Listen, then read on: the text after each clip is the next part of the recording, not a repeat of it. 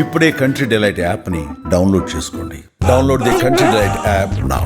తెలంగాణలో ప్రకంపనలు సృష్టించిన కవిత లేఖ ఎపిసోడ్కు ఎండ్ కార్డ్ పడింది.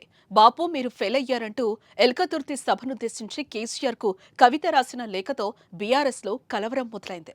నిజంగానే కేసీఆర్కు కవిత లేఖ రాశారా, కావాలని ప్రచారం జరుగుతుందా అంటూ రకరకాల ఊహాగానాలకు కవిత చెక్ పెట్టారు. ఆ లేఖ రాసింది తనేనంటూ చెప్పుకొచ్చిన ఆమె లేఖ లీక్ వెనుక కొందరు కోవట్లున్నారంటూ కీలక స్టేట్మెంట్ ఇచ్చేశారు.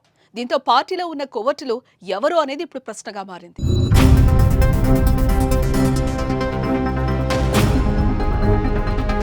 అమెరికా ప్రయాణం ముగించుకుని శంషాబాద్ ఎయిర్పోర్ట్ కు చేరుకున్న ఎమ్మెల్సీ కవితకు అభిమానులు, పార్టీ కార్యకర్తలు ఘన స్వాగతం పలికారు. అనంతరం రాష్ట్ర వ్యాప్తంగా సంచలనంగా మారిన లేఖ వ్యవహారంపై కవిత స్పందించారు.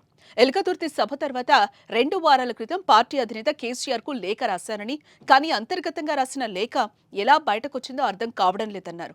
కేసీఆర్ కుమార్తెనైన తాను రాసిన లేఖ లీక్ అయిందంటే దీన్ని బట్టి పరిస్థితి ఎలా ఉందో అర్థం చేసుకోవచ్చని అన్నారు. తన పరిస్థితి ఇలా ఉంటే మిగిలిన వారి పరిస్థితి ఏంటి? తన లేఖ లీక్ వెనుక ఎవరో ఉండి ఉండొచ్చని ఆలోచించుకోవాలని అన్నారు. పార్టీలో కొవ్వొత్తులున్నారని, కేసీఆర్ దేవుడు, కానీ ఆయన చుట్టూ దెయ్యాలున్నారని ఆరోపించారు. అయితే కవిత చేసిన ఈ వ్యాఖ్యలు పార్టీలో ప్రకంపనలు సృష్టిస్తున్నాయి.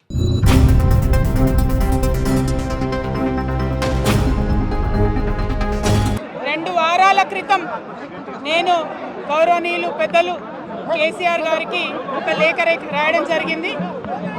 నేను ఈ విధంగా కేసీఆర్ గారికి ఇదివరకు కూడా నా ఒపీనియన్స్ ఎప్పుడున్నా కూడా లేఖ ద్వారా చెప్పడం జరిగింది.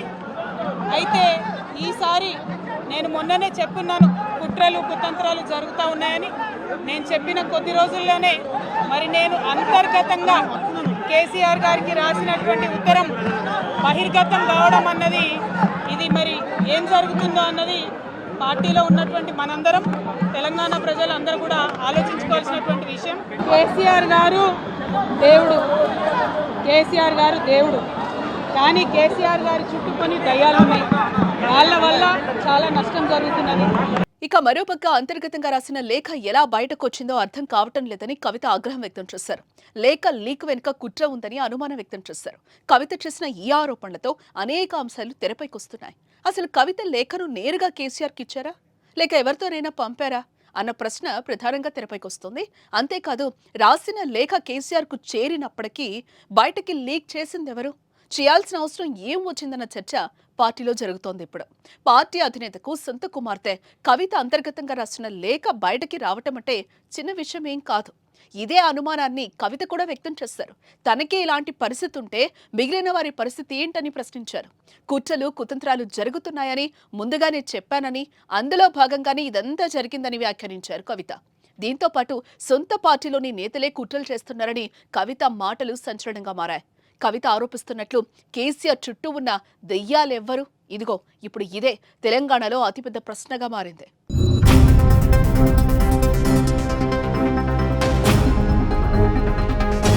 నేను రాసినటువంటి లేఖ చాలా అంతర్గతంగా పార్టీలో మా నాయకుడికి రాసినటువంటిది. అటువంటిది బహిర్గతమైందంటే మరి దాని వెనుక ఉన్నది ఎవరు అన్నటువంటిది ఆలోచించుకోవాల్సినటువంటి సందర్భం. అంతరంగికంగా నేను రాసినటువంటి లేఖనే బయటికి వచ్చిందంటే మరి ఇతర సామాన్యుల సంగతి, ఇతరుల పరిస్థితి ఏంటి పార్టీలో అనేది ఇవాళ చర్చ జరగాల్సినటువంటి అవసరం ఉన్నది. మొత్తానికి కవిత మాటలను బట్టి చూస్తే కవితపై నిజంగానే సొంత పార్టీ నేతలు కుట్ర చేశారా అనే అనుమానం కలుగుతోంది.